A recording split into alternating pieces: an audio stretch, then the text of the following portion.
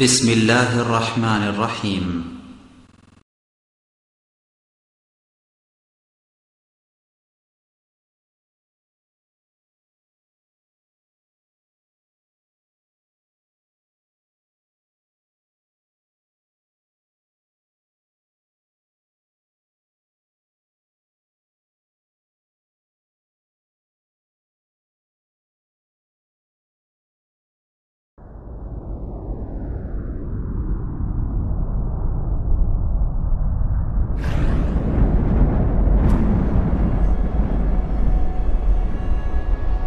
الحمد لله نحمده ونستعينه ونستغفره ونعوذ بالله من شرور أنفسنا ومن سيئات أعمالنا من يهده الله فلا مضل له ومن يضلل فلا هادي له وأشهد أن لا إله إلا الله محمدا عبده ورسوله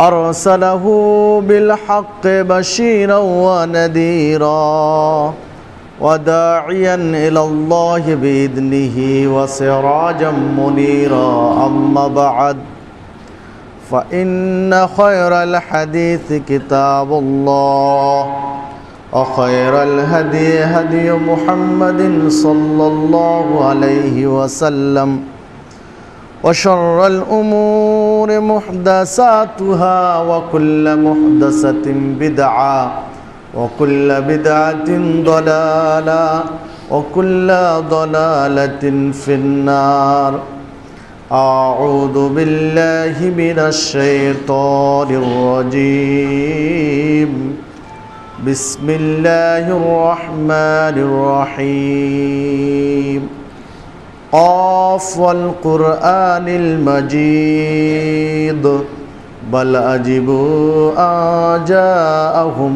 منذر منهم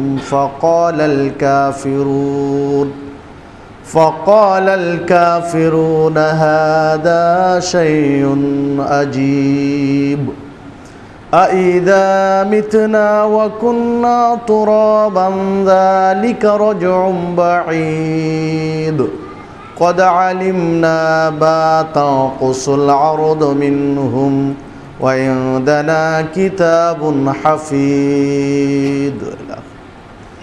وقال الله تعالى في موضع آخر وما من دابة في الأرض إلا على الله رزقها. وقال الله تعالى في موضع آخر لا يستوي الخبيث ولا الطيب ولو أعجبك كثرة الخبيث فاتقوا الله يا أولي الألباب لعلكم تفلحون. وقال الله تعالى في موضع آخر يا أيها الرسول كلوا من الطيبات واعملوا صالحا. عن أبي هريرة رضي الله عنه قال قال رسول الله صلى الله عليه وسلم يأتي على الناس زمان لا يبالي المرء ما أخذ منه أمن الحلال أم من الحرام. رواه البخاري مسلم. وعن جابر رضي الله عنه قال قال رسول الله صلى الله عليه وسلم لا يدخل الجنة لحم من السحت إلى آخر الحديث. সম্মানিত মুসল্লিবৃন্দ, সর্বাগ্রে সেই মহান রব্বুল আলামিনের শুকরিয়া জ্ঞাপন করি যার অশেষ অনুগ্রহে সুস্থ শরীরে জুমার সালাতের জন্য মসজিদে সমবেত হতে পেরেছি, তাই বলে আলহামদুলিল্লাহ। অতঃপর দরুদ ও সালাম বর্ষিত হোক সর্বকালের সর্বশ্রেষ্ঠ মহামানব সৈয়দুল মুরসালিন খাতামুন নবীন নবী মুহাম্মদ সাল্লাল্লাহু আলাইহি ওয়াসাল্লামের প্রতি কোরআনুল কারীমের কয়েকটা আয়াত পেশ করেছি। রাসূলুল্লাহ সাল্লাল্লাহু আলাইহি ওয়াসাল্লামের মুখনিসৃত বাণীর মধ্য হতে দুটি হাদিস উল্লেখ করেছি। এর আলোকে আজকে খুতবায় আলোচনার বিষয় হালাল রুজি এর গুরুত্ব, বৈধ রুজির গুরুত্ব কতটুকু, উল্লেখিত বিষয়ের উপরে কোরআনুল কারীম এবং সহিহ হাদিসের প্রমাণ ভিত্তিক কিছু কথা বলে আজকের আলোচনার ইতি টানব ইনশাআল্লাহ। ওমা তৌফিকে ইল্লা বিল্লাহ আলাইহি তাওয়াক্কালতু ওয়া ইলাইহি উনীব। দেখুন, আল্লাহ রাব্বুল আলামিন এই পৃথিবীতে মানুষের মধ্য থেকে কিছু মানুষকে নির্বাচিত করেছেন দ্বীনের দায়ী হিসাবে প্রেরণের জন্য। আল্লাহ রাব্বুল আলামিন তার এই জমিনে ইসলামের প্রচার এবং প্রসার, ইসলামের স্বচ্ছ রূপ বাস্তবায়ন করার জন্য কিছু মানুষকে নির্বাচিত করেছেন, যাদেরকে বলা হয় নবী এবং রাসূল। এই মানুষের মধ্য থেকে তাদেরকে নির্বাচন করা হয়েছে স্পেশাল কিছু গুণ দিয়ে, কিছু বৈশিষ্ট্য দিয়ে। কিছু ভালো মানুষকে আল্লাহ রাব্বুল আলামিন বেছে নিয়েছেন, যারা এই পৃথিবীতে দ্বীন ধর্ম প্রচার এবং প্রসার এবং বাস্তবায়নের জন্য সর্বাত্মক প্রচেষ্টা চালাবেন এই মর্মে। তো এ সকল নির্বাচিত ব্যক্তি তথা রাসূলদেরকে লক্ষ্য করে আল্লাহ রাব্বুল আলামিন কোরআনুল কারীমের সূরা মুমিনুন 51 নম্বর আয়াতে উল্লেখ করেছেন, ইয়া আইয়ুহার রাসূল, হে রাসূলগণ। যাদেরকে আল্লাহ নির্বাচিত করেছেন, রিসালাতের দায়িত্ব দিয়েছেন, তাদেরকে বলছেন ইয়া আইয়ুহার রাসূল, হে রাসূলগণ, কুলু মিনাত তাইয়্যিবাত, তোমরা পবিত্র জিনিস থেকে আহার করো, তোমরা বৈধ রুজি তালাশ করো এবং সেটা ভক্ষণ করো। যাকে নির্বাচন করেছেন ভালো হিসেবে, তাকেই বলছেন বৈধ রুজি অন্বেষণ করে তা ভক্ষণ করো। ওয়ামালু সালিহান, এবং আমল করো বিশুদ্ধ, সৎ আমল করো, নির্ভুল আমল করো। দেখুন, আল্লাহ রাব্বুল আলামিন নবী এবং রাসূলদেরকে মৌলিক দুইটি লক্ষ্য বলে দিলেন। একটি বললেন, এই পৃথিবীতে যা হালাল করেছি, যা বৈধ করেছি, এই বৈধ জিনিস উপার্জন করে তোমরা আহার করো, ভক্ষণ করো। আর দ্বিতীয় নীতিমালা দিলেন যে তোমরা যে আমলটি করবে, এই আমলটি সৎ আমল করো, নির্ভুল আমল করো, নির্ভেজাল আমল করো। তাহলে একটা মানুষের জন্য জীবনের দুইটি লক্ষ্য নিয়ে আগাতে হবে। প্রথমত, যা উপার্জন করবে, যা ভক্ষণ করবে, সেটি হালাল হতে হবে। আর দ্বিতীয়ত, যা আমল করবে সেটি শুদ্ধ হতে হবে, যা রাসূলদেরকে আল্লাহ রাব্বুল আলামিন নির্দেশ দিয়েছিলেন। ঠিক সূরা বাকারা 168 নম্বর আয়াতে আল্লাহ রাব্বুল আলামিন বলছেন, ইয়া আইয়ুহাল্লাযীনা আমানু, হে ঈমানদারগণ, কুলু মিম্মা ফিল আরদ, এই জমিনে যা আমি উৎপাদন করেছি তা তোমরা ভক্ষণ করো, খাও। আল্লাহ রাব্বুল আলামিন বিশ্বাসীদেরকে, মুমিনদেরকে ডাক দিয়ে আহ্বান করে বলছেন যে আমি এই জমিনে যা উৎপন্ন করেছি সেগুলো তোমরা খাও, তবে দুইটি শর্তের আলোকে খাও।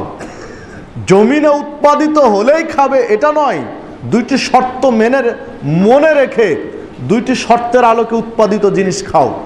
একটি হলো হালালান, যা হালাল তা হতে খাও। আর দ্বিতীয় হচ্ছে তয়্যিবান, তয়্যিব খাও। জমিনে যে ফসল উৎপন্ন হয়েছে, এই ফসলের মধ্য থেকে হালাল এবং তয়্যিব, এই দুইটি গুণ সমৃদ্ধ খাবার যেগুলো, সেগুলো তোমরা খাও। মুমিনদেরকে বললেন, মুসলিমদেরকে বললেন, বিশ্বাসীদেরকে বললেন, যারা ঈমান এনেছে তাদেরকে বললেন। তাহলে জমিনে উৎপন্ন হলেই খাবো, এই বৈধতা আপনার আমার নেই। দুইটি শর্তের আলোকে খেতে বলেছেন। প্রথমত হালাল হতে হবে জিনিসটি, আর দ্বিতীয়ত তৈয়ব হতে হবে, পবিত্র হতে হবে, নিজের শরীরের জন্য উপকারী হতে হবে, দেহের জন্য উপাদেয় হতে হবে, ক্ষতিকর যেন না হয়। তামাক চাষ করেছেন জমিতে, অনেক তামাক হয়েছে, চাইলেই আপনি তামাক সেবন করবেন? এই সুযোগ ইসলাম দেয়নি, এই সুযোগ একজন মুসলিমকে দেওয়া হয়নি যে জমিনে তামাক উৎপন্ন হয়েছে তাই সে তামাক খাবে। এই সুযোগ মুসলমানদের নেই। এই চাষ একজন মুসলিম করতে পারে না, এগুলো অমুসলিমরা করতে পারে, একজন মুসলমানের জন্য বৈধ নয়। যে জিনিস খাওয়া যায় না সেই জিনিসের চাষ করাও যায় না শরীয়তে, সেই জিনিসের ব্যবসা বাণিজ্যও করা যায় না।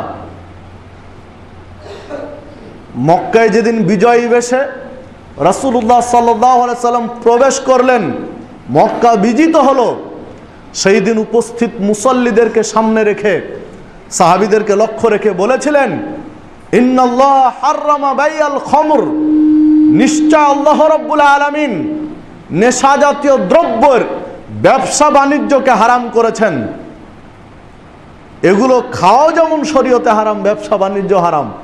কারণ এগুলো জমিনে উৎপন্ন হয়েছে কথা ঠিক, তবে এটি হালাল নয়, এটি বৈধ নয়, এটি শরীরের জন্য উপকারী নয়। যে কথা বলছিলাম যে হালাল এবং তৈয়ব, বৈধ এবং দেহের জন্য উপাদেয়, এই দুইটি শর্তের আলোকে আপনাকে একটি জিনিস খেতে হবে। আল্লাহ রাব্বুল আলামিন বললেন, আল্লাহ রাব্বুল আলামিন কোরআনুল কারীমের সূরা মায়েদা 100 নম্বর আয়াতে বলছেন, কুল লা ইয়াস্তাবিল খবিস ওয়াল্লা তাইয়্যিব। হে মুহাম্মদ সাল্লাল্লাহু আলাইহি সাল্লাম, আপনি বলুন, আপনি মানুষকে বলুন, অপবিত্র জিনিস আর পবিত্র জিনিস কি সমান হতে পারে? পবিত্র জিনিস আর অপবিত্র জিনিস সমান নয়। তৈয়ব এবং খাবিস এই দুইটি জিনিস সমান নয়। ওয়ালাউ আজাবাকা কাসরাতুল খবিস, যদিও অপবিত্র জিনিসের আধিক্য, প্রচার এবং প্রসার আপনাকে প্ররোচিত করে, বিভ্রান্ত করে, বিস্মিত করে। আল্লাহ রাব্বুল আলামিন বলছেন, আল্লাহ রাব্বুল আলামিন মুহাম্মদ সাল্লাল্লাহু আলাইহি ওয়াসাল্লামকে বলছেন, পবিত্র জিনিস আর অপবিত্র জিনিস কি সমান? যদিও অপবিত্র জিনিসের সয়লাভ, আধিক্য মানুষকে প্ররোচিত করে, মানুষকে ভুল পথে নিয়ে যায়। মানে 1500 বছর আগে আল্লাহ রাব্বুল আলামিন উম্মতে মুহাম্মাদিকে জানালেন, রাসূলুল্লাহ সাল্লাল্লাহু আলাইহি ওয়াসাল্লামকে জানালেন যে পবিত্র জিনিসের প্রচার এবং প্রসার কম থাকবে আর অপবিত্র জিনিসের প্রচার এবং প্রসার বেশি থাকবে, এই কথা জানালেন। আল্লাহ রাব্বুল আলামিন বলছেন, ওয়ালাউ আজাবাকা কাসরাতুল খাবিস, অপবিত্র জিনিসের আধিক্য আপনাকে প্ররোচিত করবে, বিভ্রান্ত করে ফেলে দিবে। মানুষ ভাববে এটা যদি হারাম হয় তো এত মানুষ খাচ্ছে কেন, এটা যদি অবৈধ হয় সর্বত্র চলে কেন, সবাই কেন এর উপরে ঝুঁকে আছে, এই বিভ্রান্তিতে পড়বে মানুষ। অপবিত্র জিনিসের এত প্রচার এবং প্রসার থাকবে, আল্লাহ রাব্বুল আলামিন বহু আগেই বলেছেন। না হলে বাস্তবতা দেখুন, বাস্তবতা কিন্তু তাই। পবিত্র জিনিসের চেয়ে অপবিত্র জিনিসের প্রচার এবং প্রসার সবচেয়ে বেশি। সমাজের আনাচে কানাচে সর্বত্র পাওয়া যায় অপবিত্র জিনিসগুলোকে, অথচ অরিজিনাল পিওর ভালো জিনিসগুলো সমাজের কম পাওয়া যায়, কষ্ট করে খুঁজে বের করতে হয়। এই কথাগুলো আল্লাহ রাব্বুল আলামিন বহু আগে মুসলিম উম্মাহকে জানিয়েছেন, সতর্ক করেছেন। এরপর আল্লাহ রাব্বুল আলামিন রাসূলুল্লাহ সাল্লাল্লাহু আলাইহি ওয়াসাল্লামকে বলছেন, ফাত্তাকুল্লাহ, তোমরা আল্লাহকে ভয় করো। ইয়া উলিল আলবাব, হে জ্ঞানীগণ, যারা জ্ঞানী, যারা জ্ঞান রাখো, ইলম রাখো, যারা শিক্ষিত, তারা এই বিষয়গুলো একটু ভাবো। আল্লাহ রাব্বুল আলামিন বলছেন, লাআল্লাকুম তুফলিহুন, তাহলে নিঃসন্দেহে তোমরা সফলকাম হবে। এগুলো বিষয় নিয়ে যদি আমরা ভাবি, বিশ্লেষণ করি, সে আলোকে আমরা জীবন ঢেলে সাজাতে সক্ষম হই, তাহলে আল্লাহ রাব্বুল আলামিন আমাদেরকে সফল করবেন, আমাদের জীবনে, ইহকালীন জীবনে, পরকালীন জীবনে সফল করবেন বলে আল্লাহ রাব্বুল আলামিন উল্লেখ করেছেন। আন আবি হুরায়রা রাদিয়াল্লাহু আনহু قال قال رسول الله صلى الله عليه وسلم আবু হুরায়রা রাদিয়াল্লাহু আনহু বলছেন রাসূলুল্লাহ সাল্লাল্লাহু আলাইহি ওয়াসাল্লাম বলেছেন,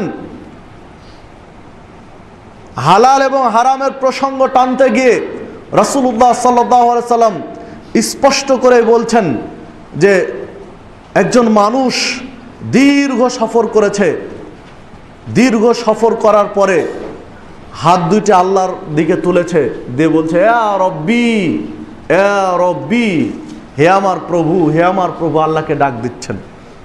দীর্ঘ সফর করে মুসাফির মানুষ হাত তুলে আল্লাহর কাছে প্রার্থনা করছেন, দোয়া করছেন, রব্বি করছেন, অথচ অমাতামু হারাম, ওই লোকটি যে আল্লাহকে ডাকছে, যে খাবারটি খেয়ে ডাকছে, এই খাবারটি ছিল হারাম। অমাশরাবু হারামুন, যে পানি পান করেছে এই পানির ব্যবস্থাপনাও হারাম। অবৈধ টাকা দিয়ে, অবৈধ উপার্জন দিয়ে পানির ব্যবস্থা করা হয়েছে।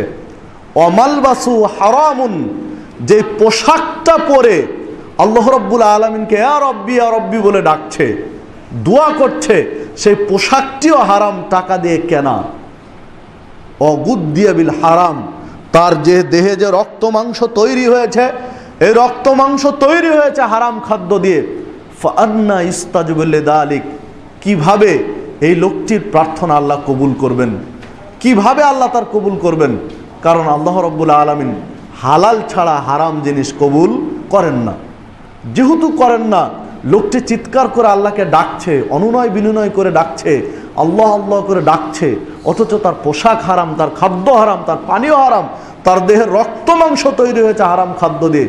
আল্লাহ রাব্বুল আলামিন তাকে ক্ষমা করতে পারবেন না, তাকে ক্ষমা করবেন না। তাহলে দেখুন, ইবাদত আপনাকে আমাকে করতে হবে, কিন্তু এর জন্য পূর্ব শর্ত হলো বৈধ রুজি। বৈধ রুজি ভক্ষণ করে, উপার্জন বৈধ করে আল্লাহ রাব্বুল আলামিনকে ডাকতে হবে, ইনশাআল্লাহ আল্লাহ শুনবেন। যে হাদিসটি সহিহ মুসলিমের মধ্যে এসেছে, 2393 নম্বর হাদিস। দেখুন, আবু দাউদ একটি, তিরমিজিতে একটি হাদিস এসেছে, যে হাদিসটি আমরা বিভিন্ন সময় শুনেছিও।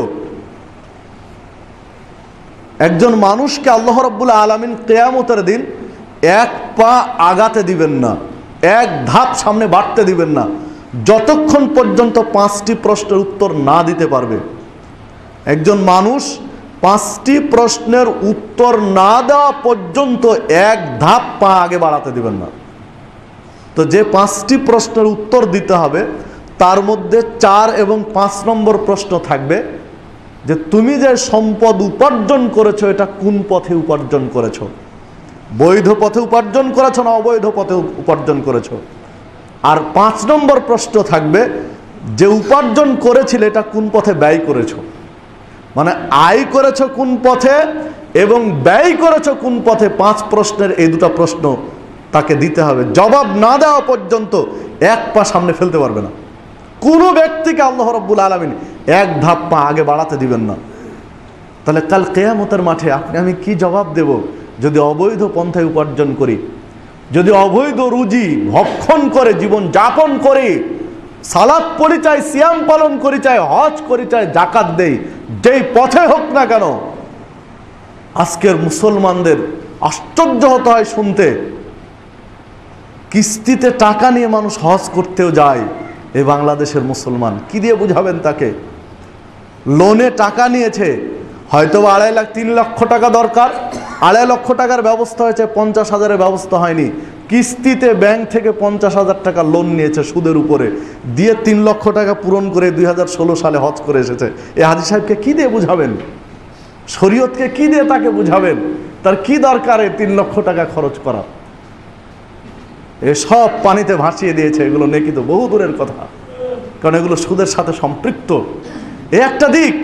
অনেকে আবার বাগান বিক্রি করে দিচ্ছে পাতে, আম বাগান রয়েছে, লিচু বাগান রয়েছে, 3-4 বছরের জন্য বিক্রি করে দে, এই টাকা দিয়ে হজ করতে গেছে। না, এইভাবে পাতা বিক্রি করা যায় না, বাগান বিক্রি করা যায় না। একটানা 3-4 বছরের জন্য বাগান বিক্রি করে হজ করা যায় না এই টাকা দিয়ে, শরীয়তে বৈধ নয়। যখন ফল এসেছে, পাকার উপযুক্ত হতে যাচ্ছে, পাকার ভাব হচ্ছে, তখন বাগান বিক্রি হবে, এর আগে বিক্রি হবে না। এ সকল টাকা দিয়ে হজ করে কি হবে?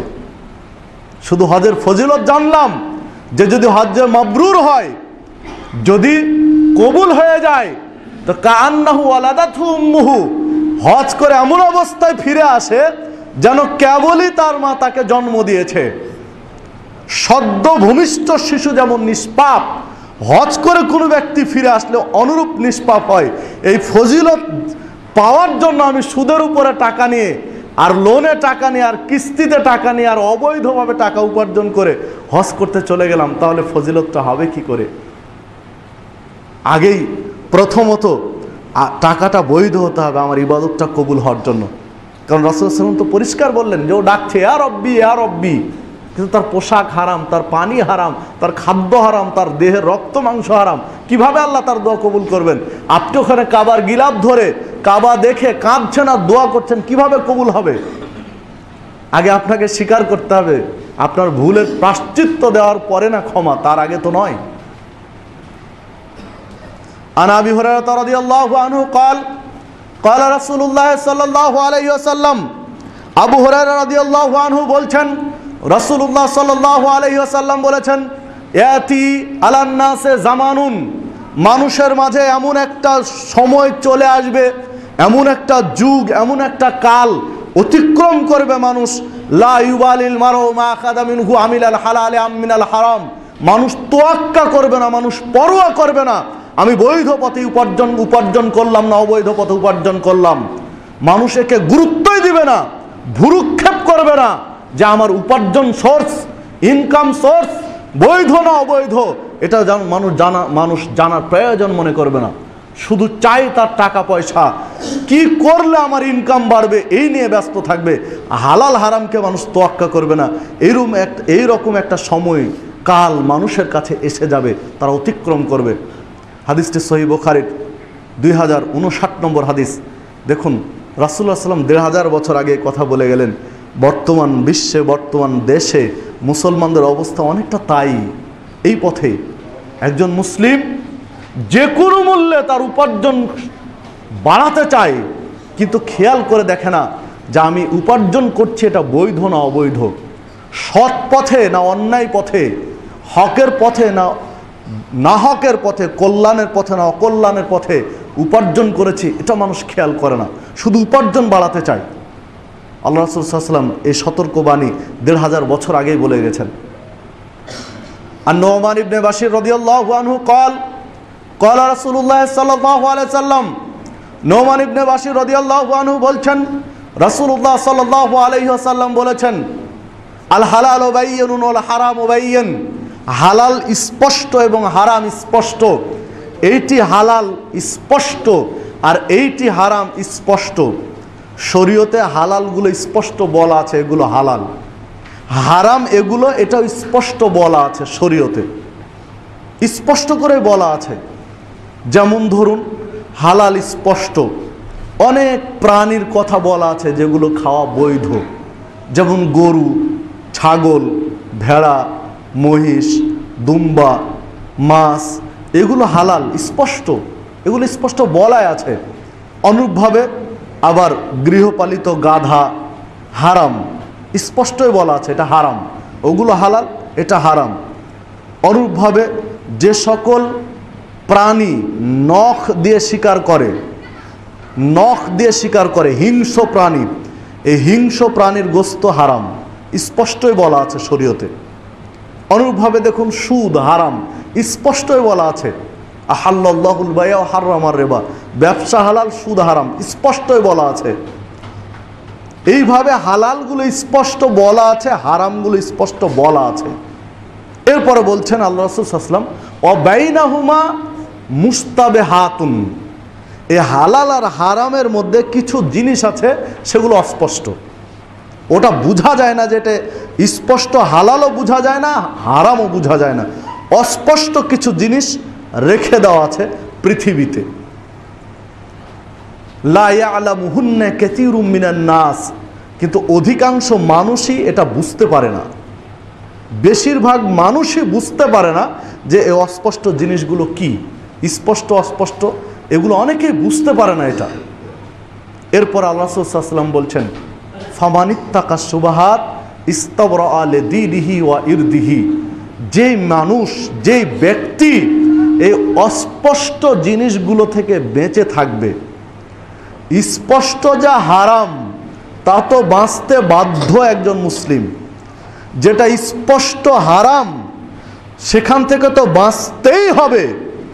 যেটা অস্পষ্ট আছে, বোঝা যায় না হারাম না হালাল, এই অস্পষ্ট থেকে কেউ যদি বেঁচে থাকে, তখন আল্লাহ রাসূল বলছেন ইস্তাবরা লিদীনিহি ওয়া ইরদি।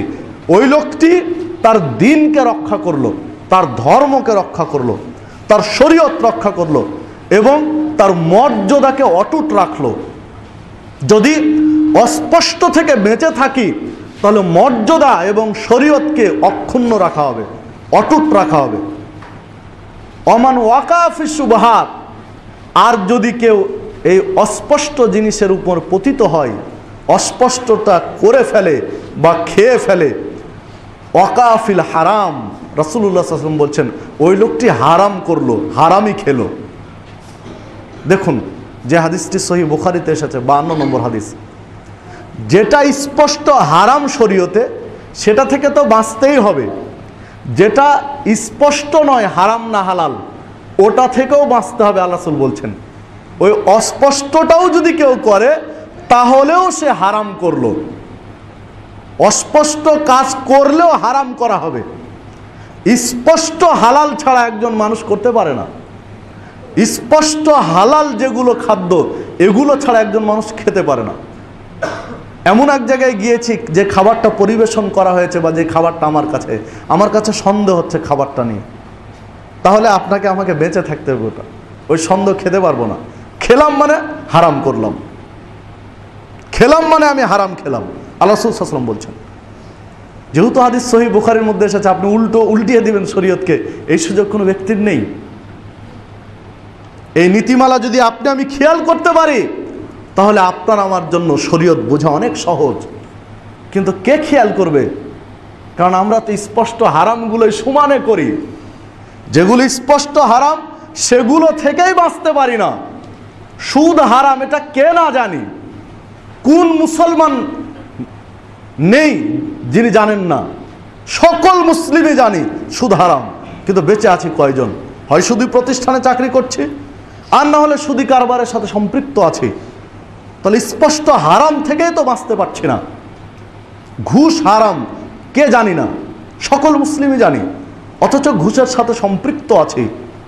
দেখুন, যদি ওসর আদায় না করা হয়, ওসর যদি আদায় না হয়, জমিতে ফসল হয়েছে ওসর যদি না দেয়, তাহলে খাদ্য হারাম হয়ে যাবে।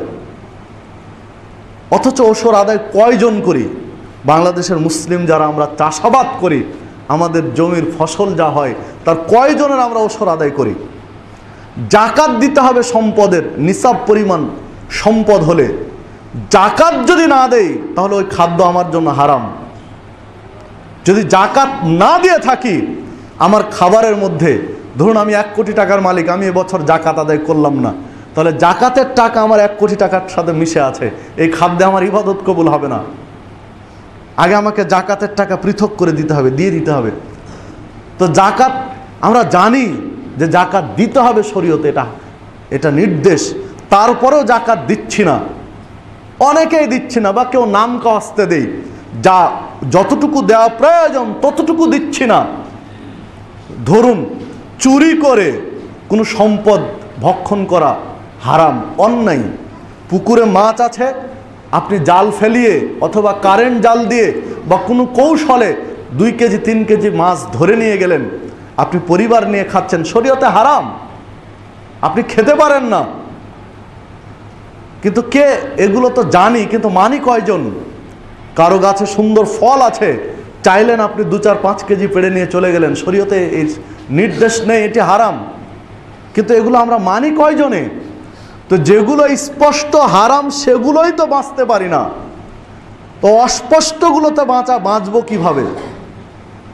এই অস্পষ্ট স্পষ্ট হারাম তো একজন মুসলিমকে বাঁচতেই হবে, অস্পষ্টগুলো থেকেও বাঁচতে হবে।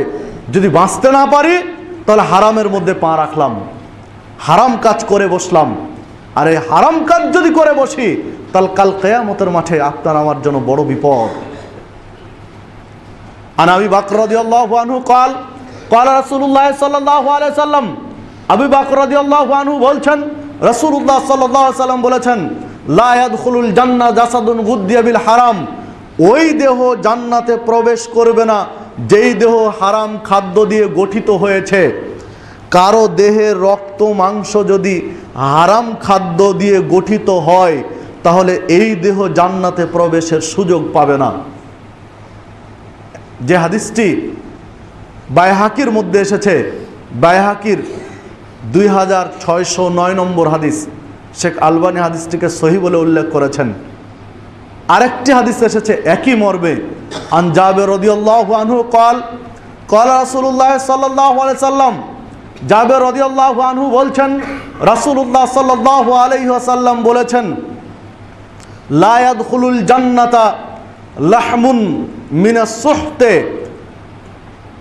ওই দেহ জান্নাতে যাবে না যেই লাহাম গোশত তৈরি হয়েছে হারাম খাদ্য দিয়ে। হারাম খাদ্য দিয়ে যার দেহ গঠন হয়েছে ওই দেহ জান্নাতে যাওয়ার সুযোগ পাবে না।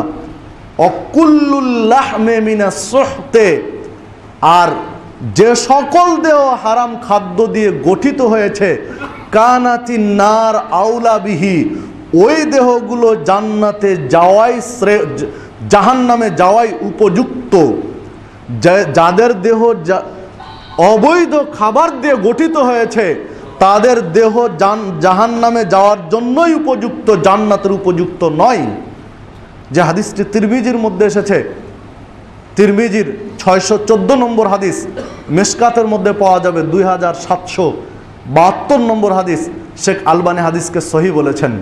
তাহলে দেখুন, আপনার আমার দেহে যদি হারাম খাদ্য প্রবেশ করে তাহলে তখন দেহটি জান্নাতের উপযুক্ত নয়, দেহটি জাহান্নামের উপযোগী হয়ে যায় বলে রাসূলুল্লাহ সাল্লাল্লাহু আলাইহি ওয়াসাল্লাম উল্লেখ করেছেন। তাই আসুন আমরা যেই স্তরে আছি প্রত্যেকেই সাধ্যানুযায়ী চেষ্টা করি হালাল উপার্জন করার জন্য এবং হালাল খাদ্য ভক্ষণ করার জন্য, পরিবারকে হালাল খাদ্য ভক্ষণ করানোর জন্য। রাসূলুল্লাহ সাল্লাল্লাহু আলাইহি ওয়াসাল্লাম বলছেন, মাইয়াজবান লি মা বাইনা লাহইয়াইহি ওয়া মা বাইনা রিজলাইহি আজমান লাহুল জান্নাহ, কোনো ব্যক্তি যদি দুই চোয়ালের মধ্যস্থিত জিহ্বা আর দুই পায়ের মধ্যস্থিত লজ্জাস্থান, এই দুইটি জিনিসের জামিন নিতে পারে, যদি নিশ্চয়তা দিতে পারে যে দুইটি জিনিস অবৈধভাবে ব্যবহার হবে না, অপব্যবহার হবে না, জিহ্বা আর লজ্জাস্থানের অপব্যবহার হবে না, এই জিম্মেদারি যদি কোনো ব্যক্তি নিতে পারে আজমান লাহুল জান্নাহ, আমি মুহাম্মদ সাল্লাল্লাহু আলাইহি ওয়াসাল্লাম তার জিম্মেদারি দিলাম যে আমি তাকে জান্নাতে প্রবেশ করাবো। তবে এই দুইটি জিনিসের জিম্মেদার হতে হবে, জামিন নিতে হবে যে আমার এই জিহ্বা দিয়ে কোনো খারাপ কথা বলবো না, কোনো অবৈধ খাবার প্রবেশ করাবো না। জিহ্বার জামিন কিভাবে নেবেন? দুইভাবে হতে পারে, কথার মাধ্যমে অথবা খাওয়ার মাধ্যমে। অবৈধ খাবার খেলাম মানে জিহ্বাকে অন্যায়ভাবে ব্যবহার করলাম, অপব্যবহার করলাম, কাউকে কড়া অন্যায় অপবাদ কথা বললাম, গালি গালাজ দিলাম বা ভুল পরামর্শ দিলাম বা ভুল পথে পরিচালিত করলাম, মানে অপব্যবহার করলাম। যদি জিহ্বার অপব্যবহার করি তাহলে জান্নাতের জামিন রাসূল আর নেবেন না। লজ্জাস্থানের অপব্যবহার যদি করি জান্নাতের জামিন আর নেবেন না। আর এই দুইটি জিনিসের জামিন হলে আল্লাহ রাসূল নিশ্চয়তা দিয়েছেন তাকে জান্নাতে প্রবেশ করাবেন যে কোনো মূল্যে, সে জামিন তিনি নিয়েছেন। যে হাদিসটি সহিহ বুখারীর মধ্যে এসেছে, সহিহ মুসলিম সহ একাধিক গ্রন্থে এসেছে। তাই আমরা চেষ্টা করি সাধ্য অনুযায়ী, যদি শুধু কোনো প্রতিষ্ঠানে কর্মরত থাকি তাহলে চেষ্টা করি প্রতিষ্ঠান চেঞ্জ করার জন্য। শুধু প্রতিষ্ঠান বাদ দিয়ে যেগুলো প্রতিষ্ঠানে বৈধ উপার্জনের সুযোগ আছে সেগুলো আমরা চেষ্টা করি, সাধ্য অনুযায়ী চেষ্টা করি। কারণ আল্লাহ রাব্বুল আলামিন মানুষের নিয়ত সম্পর্কে ভালো জানেন যে সে কতটুকু চেষ্টা করছে। আল্লাহ রাব্বুল আলামিন আমাদের সকলকে সেই তৌফিক দান করুন। পরিশেষে প্রসঙ্গতই দু একটি কথা না বললেই নয় যে গতদিন আপনাদের কাছে 23টি ফ্যানের আবেদন করেছিলাম মসজিদের জন্য। আলহামদুলিল্লাহ আপনার মসজিদে বের হওয়ার আগেই 23টি ফ্যান দিয়েছেন, যে ফ্যানগুলো নিয়ে আসা হয়েছে। ইতিমধ্যে টাইলস কিনা হয়েছে, তবে টাইলসগুলো বসানোর জন্য 100 বস্তা সিমেন্ট প্রয়োজন, থাই লাগানোর জন্য কিছু টাকা প্রয়োজন এবং মিস্ত্রি খরচ প্রয়োজন। তো সকলেই যদি একটু একটু করে অংশগ্রহণ করি, আপনারা দিয়েছেন, বহুবার দিয়েছেন, অনেকবার দিয়েছেন, কারণ আপনাদের দেওয়ার বিনিময়ে তো আজকে মসজিদের আন্ডারগ্রাউন্ড হয়েছে, মসজিদের ফার্স্ট ফ্লোর কমপ্লিট, সব কিছুই ওকে, শুধু টাইলস ফিটিং করতে যতটুকু বাকি। তো আপনারা দিয়েছেন, এটা তো সত্য, যা দিয়েছেন তার ফলাফল আপনাদের জন্য নির্ধারণ হয়েছে, ইনশাআল্লাহ আল্লাহ করেছেন। কিন্তু বাকি অল্প যে কাজগুলো বাকি আছে এগুলোর জন্য আবারও দেওয়ার জন্য বিশেষভাবে আহ্বান জানাই, অনুরোধ জানাই যে কাজগুলো কমপ্লিট হয়ে যাক, সাধ্য অনুযায়ী পর্যায়ক্রমে দেন। কারণ 1 বস্তা করেও যদি সিমেন্ট আমরা দেওয়ার চেষ্টা করি তবুও অনেক। 1 বস্তা সিমেন্ট আর কত টাকায় মূল্য? 500 টাকা, কিছু কম বেশি। তো সাধ্য অনুযায়ী 1 বস্তা করে সিমেন্ট যদি আল্লাহ রাব্বুল আলামিন তৌফিক দেন আরও বেশি দিবেন বলে আশা রাখি। আপনারা লিখিয়ে যাবেন সাধ্য অনুযায়ী, যত দ্রুত সম্ভব কাজটা যেন শেষ হয়। পাশাপাশি যারা এই মসজিদের মুসল্লি নয়, দেশে এবং প্রবাসে বাইরে রয়েছেন, তারাও অনেক টাকা পয়সা সহযোগিতা করেছেন, তাদের জন্যও কল্যাণকর দোয়া করি, কল্যাণ কামনা করি। আল্লাহ রাব্বুল আলামিন তাদেরও মনের ইচ্ছাগুলো পূরণ করুন। আল্লাহ রাব্বুল আলামিন তাদেরকে যাজায়ে খায়ের দান করুন। যারা দিয়েছেন স্থানীয় মুসল্লি তাদেরকেও দিন। আজকেও 2-1 ভাই কিছু টাকা পয়সা দিয়েছেন, আল্লাহ রাব্বুল আলামিন তাদেরকে উত্তম প্রতিদান দিন, বদলা দিন। পাশাপাশি যারা দেশে এবং বাইরে আছেন তাদেরও দৃষ্টি আকর্ষণ করব, আমাদের এই ফার্স্ট ফ্লোরের কাজের শেষ মুহূর্তে আপনারাও যদি পারেন তাহলে আমাদেরকে সহযোগিতা করবেন বলে আশাবাদী। আপনাদের সাধ্য অনুযায়ী অংশগ্রহণ করবেন, এই আশাবাদ ব্যক্ত রাখি। আল্লাহ রাব্বুল আলামিন আমাদের এই মসজিদকে কাল কিয়ামতের মাঠে নাজাতের ওসিলা হিসেবে কবুল করে নিন, আল্লাহুম্মা আমিন। আমাদের এই খেদমতটুকুকে আল্লাহ রাব্বুল আলামিন কবুল করে নিন। যারা যে নিয়তে দিয়েছে আল্লাহ রাব্বুল আলামিন তাদের নিয়তগুলো পূরণ করুন। পরিশেষে আল্লাহ রাব্বুল আলামিনের কাছে আবারও প্রার্থনা জানাই, হে আল্লাহ, তুমি আমাদের ভুল ত্রুটিগুলো সংশোধন করে হক অনুযায়ী চলার তৌফিক দান করো। আমাদেরকে তুমি বৈধ রুজি খাওয়ার সুযোগ দাও এবং সেই মেজাজ দাও যেন আমরা পরকালে নাজাত পেতে পারি, মুক্তি পেতে পারি। সুবহানাল্লাহ।